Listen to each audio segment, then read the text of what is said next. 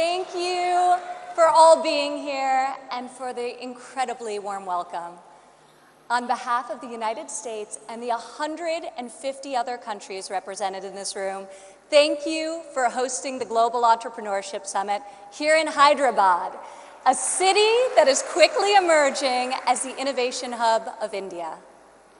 And thank you, Prime Minister Modi, for joining us here today, and for all that you are doing to build India as a thriving economy, a beacon of democracy, and a symbol of hope to the world. What you are achieving here is truly extraordinary. From your childhood selling tea to your election as India's Prime Minister, you've proven that transformational change is possible.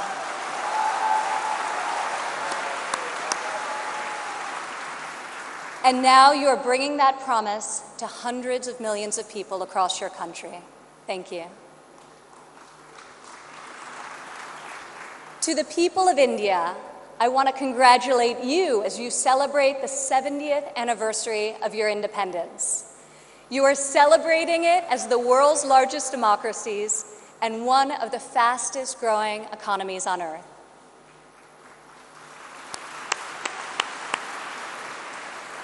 Through your own enterprise, entrepreneurship, and hard work, the people of India have lifted more than 130 million citizens out of poverty, a remarkable improvement and one I know will only continue to grow under the leadership of Prime Minister Modi. All of you are helping India's middle class reach its goal of nearly 500 million people by 2030. You have opened new universities across the country. Your doctors and scientists are discovering medical cures and life-saving technologies. Your engineers and your architects have built modern wonders that grace your skies. And Indian spacecraft have traveled to the moon and to Mars. The people of India inspire us all.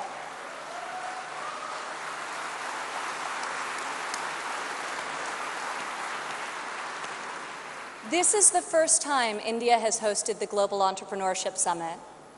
It is a symbol of the strength and friendship between our two people and the growing economic and security partnership between our two nations.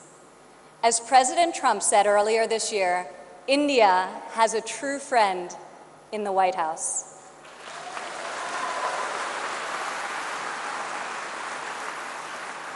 I would like to thank the State Department for co-hosting this incredible gathering. I would also like to thank Governor Narasimhan and all elected Indian officials who are here with us tonight for welcoming us to your beautiful country. Thank you. It's incredible to be in this ancient city brimming with transformative technology. Now, your tech centers may even outshine your world-famous biryani. Maybe. CEOs like Microsoft's Satya Nadella went to school right here in Hyderabad.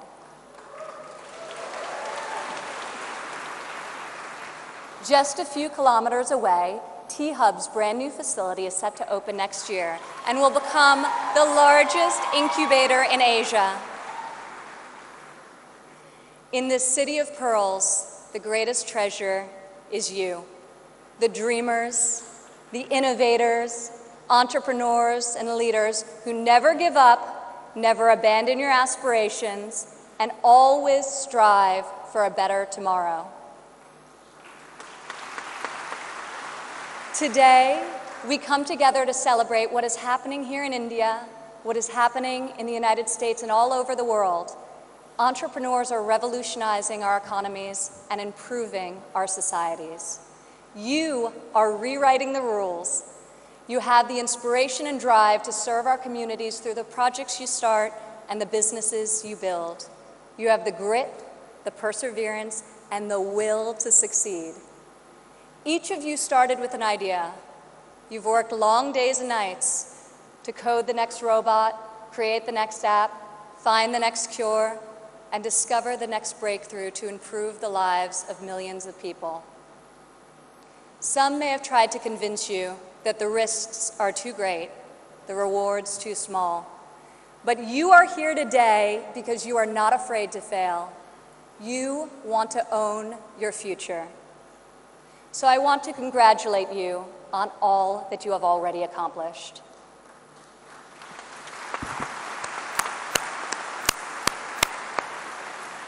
And I especially want to congratulate the women entrepreneurs here with us today.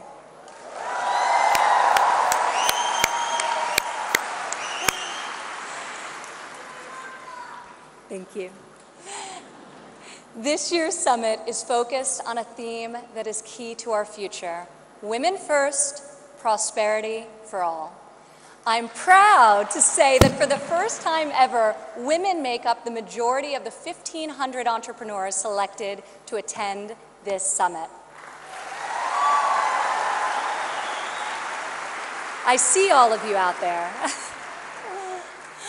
Only when women are empowered to thrive will our families, our economies, and our societies reach their fullest potential.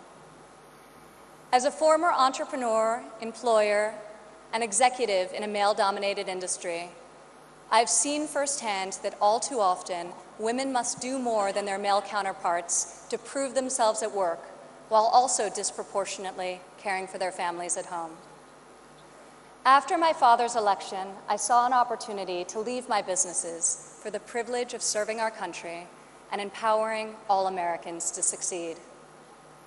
Our administration is advancing policies that enable women to pursue their careers and care for their families, policies that improve workforce development and skills training, and policies that lift government barriers and fuel entrepreneurship so that Americans can turn their dreams into their incredible legacies. In the last decade, women have made remarkable strides in starting new businesses.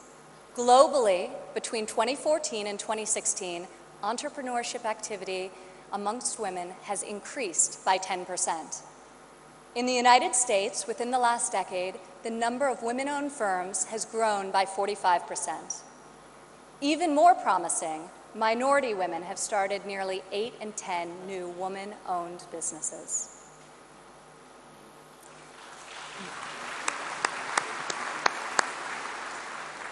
Today, more than 11 million women in the United States own businesses. They employ nearly 9 million workers and generate over $1 trillion in revenue.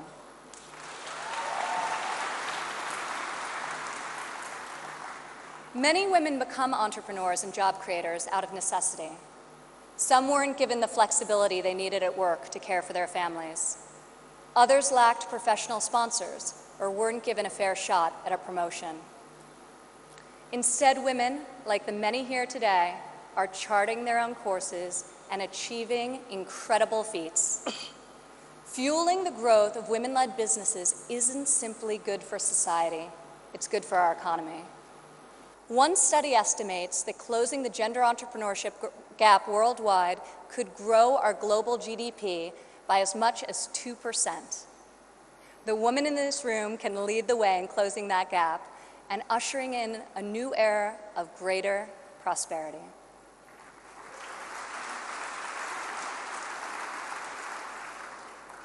Yet despite the soaring rate of female entrepreneurs, women still face steep obstacles to starting, owning, and growing their businesses. We must ensure women entrepreneurs have access to capital, access to networks and mentors, and access to equitable laws. In developing countries, 70% of women-owned small and medium-sized businesses are denied access to capital. The result has been a nearly $300 billion annual credit deficit for women entrepreneurs in the developing world. In the United States, a Harvard Business Review report found that investors ask men questions about their potential for gains, whereas they ask women questions about their potential for loss. This could in part explain why women entrepreneurs received less than 3% of venture capital funding in 2016. We are working hard to reverse this trend. The U.S. Small Business Administration, for example, increased lending to women by over $500 million this year alone.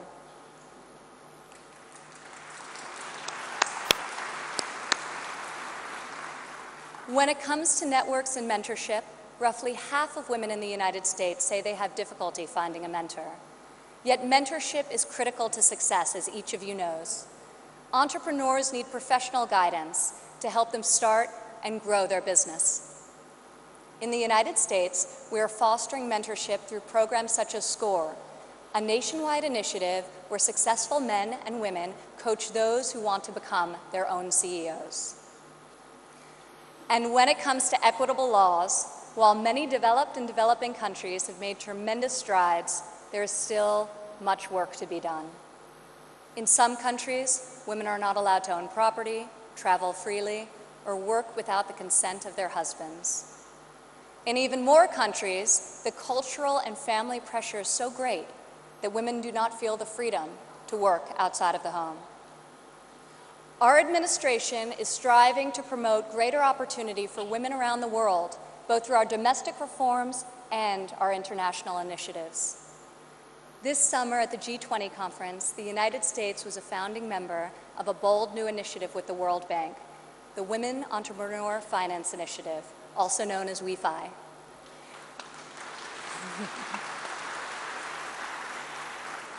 This facility provides access to capital, networks, and mentorship for women in developing countries. WEFI is the first facility to support women entrepreneurs at this scale, and we anticipate it will be able to leverage in excess of $1 billion in public and private financing. This facility also seeks to address the legal and regulatory barriers that limit opportunities for women entrepreneurs. In the last decade, USAID has promoted women's entrepreneurship through a number of programs, including providing microfinance loans to women in Afghanistan and bringing internet access to women in Nigeria and Kenya. USAID Administrator Mark Green is here with us today. Where are you, Mark? Thank you, Mark. I want to thank Mark and the entire U.S. delegation for their tireless work to improve the lives of millions, both domestically and abroad.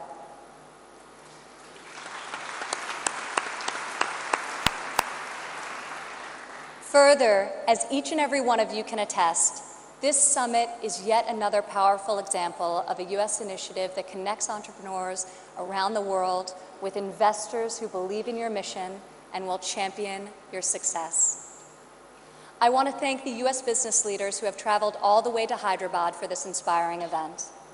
I also want to congratulate the more than 350 American entrepreneurs who were selected to be with us here today to represent America's brightest talent.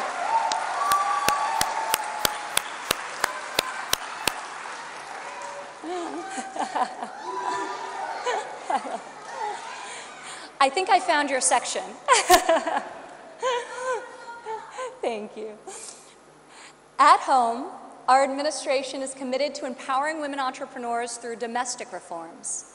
In the past 11 months, we have expanded apprenticeship programs and prioritized STEM education to ensure that women and men have more opportunities to master the skills that drive progress in the 21st century.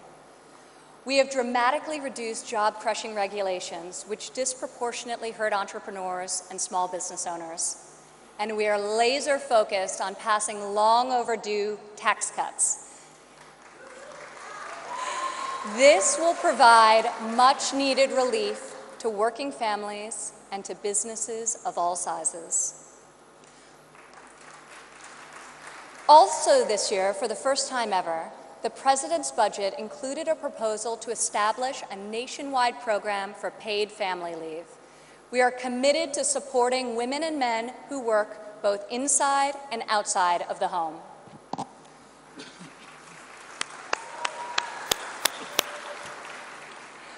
When women work, it creates a unique multiplier effect.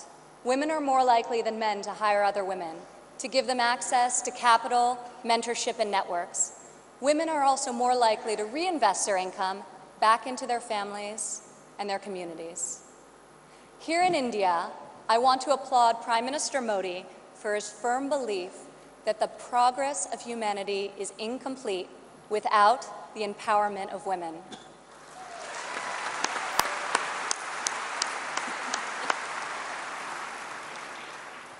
Just consider, if India closes the labor force gender gap by half, your economy could grow by over $150 billion in the next 3 years. As we kick off this 3-day summit, I encourage everyone here to come together, learn from each other, and find new ways to lift barriers in our society so that women are free to innovate, empowered to succeed, and able to leave our children a brighter future. As we strive for change, we must never forget that the best hope for our future is far greater than any single government policy.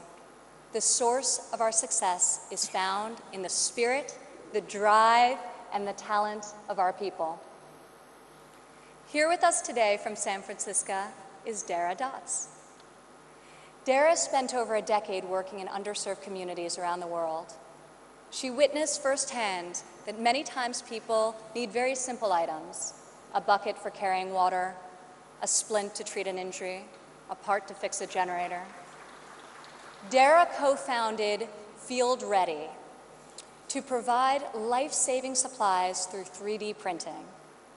Today, Dara's company responds to disasters all over the world and delivers humanitarian aid with cutting-edge technology.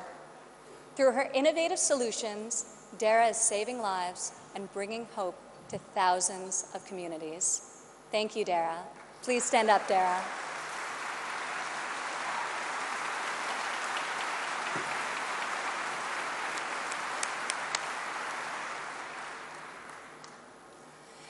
Rajlakshmi Bhartakar joins us from Bangalore, India. When her son began having seizures at a young age, she decided to create her own solution to better monitor his health. Stand up.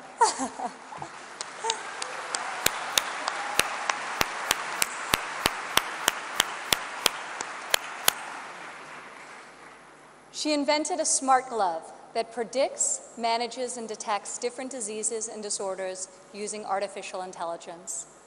Now her company, Terra Blue, aims to make specialty healthcare accessible in even the most remote places in India.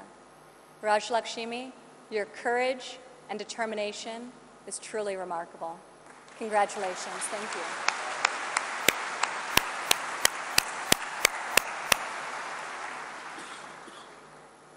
Also here with us today is Rayan Karmalova from Azerbaijan. Rayan, please stand up.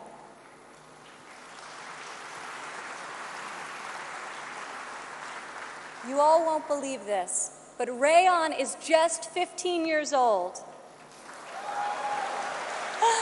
But that has not stopped her from founding a company that harvests energy from rainwater. Rayan has a powerful motto: light up one house at a time. Rayan, each home you light up is illuminating the world. We are inspired by your brilliance and your hard work. Thank you.